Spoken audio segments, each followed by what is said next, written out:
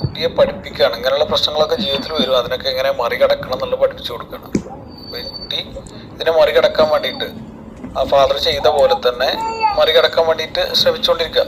എന്നാൽ ഈ കുട്ടിക്ക് അതിന് കഴിയണില്ല. ഫാദർ ഇങ്ങനെ നടന്നകലാണ്, പക്ഷേ ഈ കുട്ടി വീണ്ടും വീണ്ടും ശ്രമിച്ചുകൊണ്ടിരിക്കുക. അതൊക്കെ ഒബ്സർവ് ചെയ്യുന്നുണ്ട് അവിടെ ദൂരെ നിന്നിട്ട്.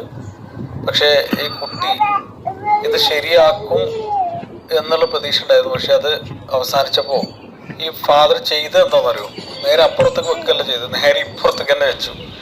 അപ്പോൾ ഈ കുട്ടി ആകെ നിരാശയായി. പക്ഷേ ഈ കുട്ടി വീണ്ടും ശ്രമിച്ചുകൊണ്ടിരിക്കുക. എന്നാൽ ഫാദർ ഇങ്ങോട്ട് തിരിച്ചു നോക്കാതെ മുന്നോട്ട് പോവാ. ഈ ഫാദറിന് അറിയാം ഈ കുട്ടി ഇതൊക്കെ അതിജീവിച്ച് എങ്ങനെയെങ്കിലും വരുന്നുള്ളത്.